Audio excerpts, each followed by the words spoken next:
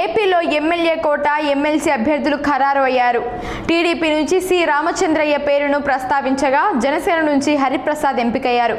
ఏపీలో ఎమ్మెల్యే కోట ఎమ్మెల్సీ ఎన్నికలకు అభ్యర్థులను ఖరారు చేసింది ఎన్డీఏ సర్కార్.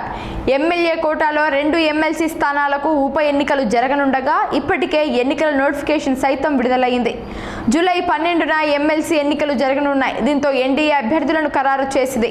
ఒక స్థానాన్ని టీడీపీకి, మరో స్థానాన్ని జనసేనకు కేటాయించింది. టీడీపీ నుంచి కడప జిల్లాకు చెందిన సీనియర్ పొలిటీషియన్ మాజీ ఎమ్మెల్సీ సి రామచంద్రయ్య పేరు ఖరారు కాగా, మరోవైపు జనసేన పార్టీ నుంచి ఆ పార్టీ అధినేత AP deputy CM Pawan Kalyan రాజకీయ కార్యదర్శి పిడుగు హరిప్రసాద్ పేరు ఖరారైంది. ఇవాళ వీళ్ళిద్దరూ ఎమ్మెల్సీ అభ్యర్థులుగా నామినేషన్లు దాఖలు చేయనున్నారు. వెనుకబడిన ప్రాంతంగా పిలువబడే రాయలసీమ నుంచి బలిజ సామాజిక వర్గానికి చెందిన నేతగా సి రామచంద్రయ్య టీడీపీలో సుదీర్ఘ కాలంగా మంత్రిగా, ఎంపీగా, పొలిట్ బ్యూరో సభ్యుడిగా పనిచేశారు. తర్వాత చిరంజీవి ప్రజారాజ్యం కాంగ్రెస్ పార్టీలోనూ ఎమ్మెల్సీగా పనిచేశాడు. 2018లో వైసీపీలో చేరి ఎమ్మెల్సీగా ఎన్నికయ్యారు. 2023 డిసెంబర్లో వైసీపీకి గుడ్ బై చెప్పి అప్పటి ప్రతిపక్ష నేతగా ఉన్న చంద్రబాబు నాయుడు సమక్షంలో తెలుగుదేశం పార్టీలో చేరారు.